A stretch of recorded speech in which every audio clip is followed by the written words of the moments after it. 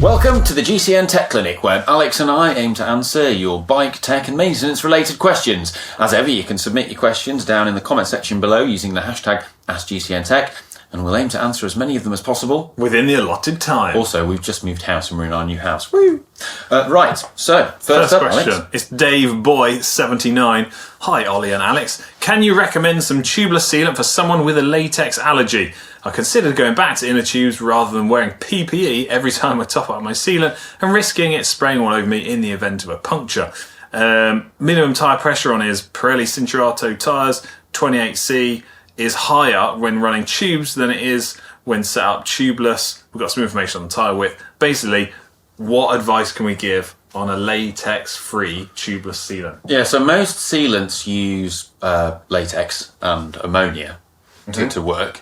Because it's very effective, and you can actually get away without having the particulate that you often get in sealant. So sealants such as the Silka sealant, which has little fibres in it to help, like platelets in blood that cause your blood plug clot. the hole up. Yeah, that cause it to clot. You can actually get away without that in a latex sealant. But the other alternative to latex sealant is to use a glycol-based sealant, and there's kind of two that have been used. So some use ethylene glycol and some use propylene glycol. Better to go with something that has propylene glycol in because it's less toxic. Ethylene glycol, interestingly, chemistry fact, that's actually the main ingredient in antifreeze that you put in your car. The reason is because it's very water soluble, which actually makes it good. Because it means it's easier to sort of easy to wash out of your bike and stuff like that. I didn't know any of that stuff on a chemistry level, but what I did know is that typically I was told glycol-based tubeless sealants will resist drying up and last much longer in your tyres than a latex-based. Yeah, because they're very sort of water soluble and it's like sort of antifreeze type stuff, so it's good. But the one that I think of straight away is the Bontrager Super Juice. Yeah, I've heard of that. For tubeless tyres is a glycol-based sealant. That's actually one of the first tubeless sealants I used many years ago. Okay, so right. That's one, but most of them are latex. Yeah. Next question, go on over to you, Jonathan Wickens.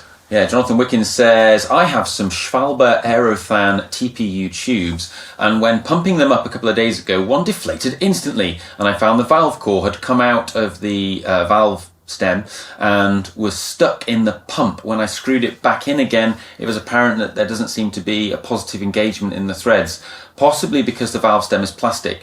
I checked out other similar tubes and they were all a bit loose, and when I did them up, none got to the point where they sort of were all the way. Did some Googling and found that valve cores can pop out and loosen, and loose valve cores can cause deflations. Shame, as these tubes are great in all of the ways, no punctures for ages, and really low rolling resistance and weight. So this is a problem I think I've experienced on a few different brands of TPU tubes, and it's pretty common, right? The valve core is metal, the valve stem is plastic in all cases to help save weight, and threading something metal into something plastic is not necessarily the greatest two combination of materials. No. So what a lot of brands are doing is putting a little bit of glue onto the valve core, and then as you do it up, you're not reliant upon having it wrenched up super tight, and the glue also helps act as a seal to then mean that the valve core can't come loose and air can't escape from it. Yeah. The other thing is if you're using a pump that does thread on, there are pumps out there that don't thread on that just go over and have like a sort of interference fit onto the top. And I mean, have you been at the side of the road where you've had a little mini pump that you screw on, and then you've worked so hard pumping away to your tyre side of the road for like 10 minutes, and you're in like zone 3 pumping your tyre up, and then you take it off and it takes the core out with it. Devastating. Maybe get a pump that's just slots on. Or a valve core that isn't going to come loose. Right, Paolo next. Paolo San Gabriel. 8659. Hello GCN. I currently own a SRAM Rival Access, using it with a flat top Rival chain. My question is, how frequently should I change the chain? SRAM say 0.8%, but Park Tools and you guys recommend 0.5 on a 11 and 12 speed chain. The chain is currently at 0.5 on my Park Tools CC4 chain checker. They're worried that the SRAM reading of 0.8 was going to wear the cassette, meaning more cost for them. I have read quite a lot into this. Oh, right. And I think there is the potential that if you leave your chain to get to the 0.8% wear rate, there's a chance that it might have had started to impact the wear rate on the chainring and the cassette as well. So my advice would be always to err on the side of caution and look to replace your chain a little bit sooner than that 0.8 wear indicator, on the safety element that it's cheaper to just buy a chain a little bit sooner than potentially have to buy an expensive cassette and chainring at the same time. And if you're waxing, your chains will last longer. That's a really good point. Right. Deep funky sexy house. Love that. Is that you? Go on, what's the question? What solutions are there for a rider who has a right leg longer, 10 to 20 millimeters? Should I use a longer crank on the right side? Well, it's an interesting question, and I think I don't have any experience in this, but what I'm going to say is, in theory, that would make sense, right? You could use the crank length to try to balance out the discrepancy in the leg, but the downside of that is, on the rotation, when the crank gets to the top, it's going to make your leg raise even higher up. I mean, everyone has imbalances. Yeah. They're normal, they're natural. Now, like, I have a slight imbalance because my pelvis is slightly tilted from an accident I had several years ago. But the solution when I went to see a bike fit years ago was to have shims in one of my cleats. So approach the problem from the other way. Yeah. Okay. So crank length's the same length, and then shims on the other side. So I would say go see a bike fitter, yeah, and tell them about this issue, and they will be able to help you. I suspect I wouldn't go down the route of having different length cranks. No, I think that could cause more imbalance and more problems than it solves. Yeah, and I think a bike that, fitter's probably going to go down the route of maybe shimming one of your shoes. Yeah. Because you can put shims underneath where the cleat attaches onto the shoe to space it out a bit. Yeah, I think that's actually a really good point. Like, for an instance like this, you need to see an expert all about it, really. Yeah. Okay, show me _Brat next. They say, Dear Tech Gurus, can you tell us which glue we can use for patching TPU tubes? Is it safe to use the same type of glue on rubber and TPU? Thanks in advance. Well, I've used both, and both with good success. So I think choose whatever you've got. I've also found it easiest to use pre-glued patches to repair TPU tubes, just as long as they're of the same material as what the tube is made from. Right. Yeah, simple. Nice. Next two questions, actually, both relate to tyre rotational questions. So in that instance, probably check out the video about tyre rotation first, but also we'll answer the questions anyway. First one, Winter Watson 6437.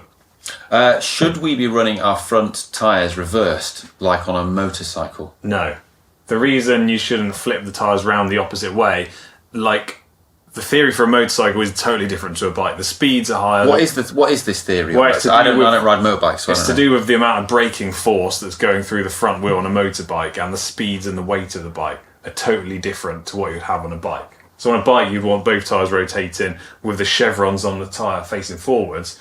But sometimes on a motorbike, you would have the front one reversed the wrong way because it can have an impact on the braking grip. But because a motorbike and a bike is very different, you don't need to have the Well, same there's a lot setup. more weight. Yeah. A lot more mass. Exactly.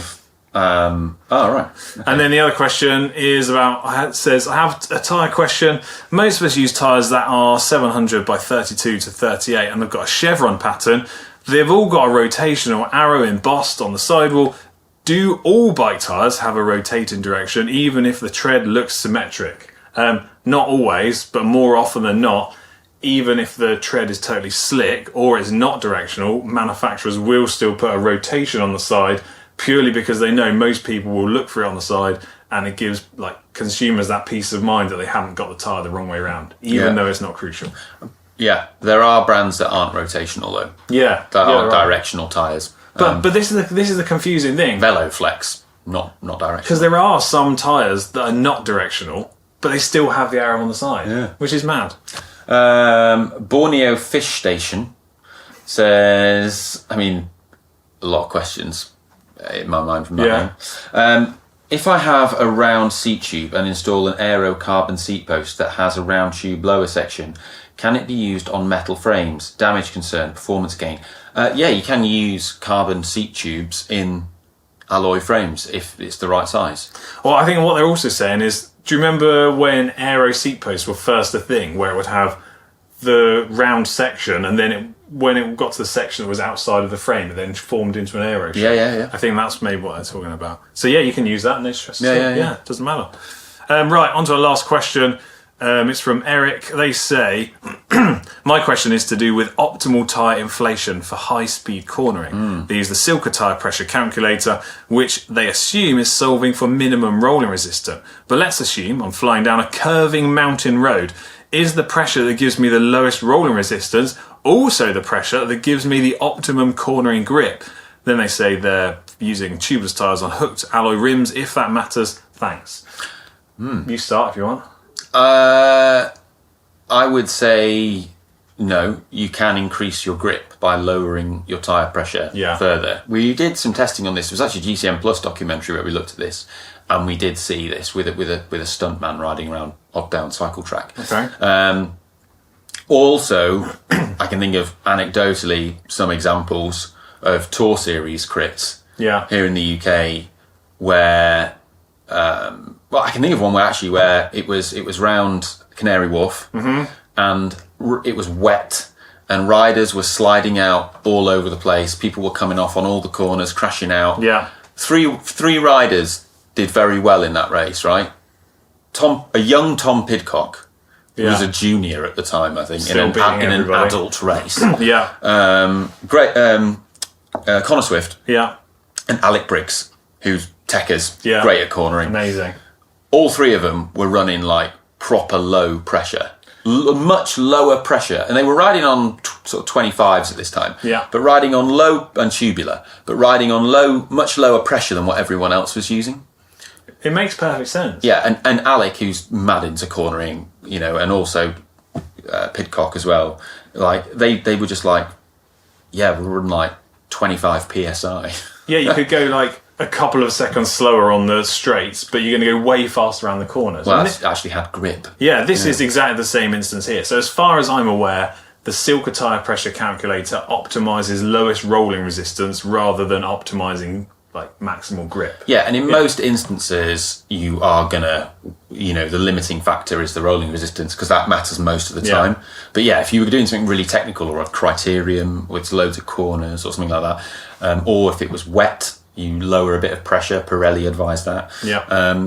Like there are trade-offs to be had. So best thing to do is experiment and play with it yourself and find what works for your system as a whole. Okay, right, that was the last question for this week's GCN Tech Clinic, but I do have a quick update, which someone pointed out in the comments, so I thought it was interesting.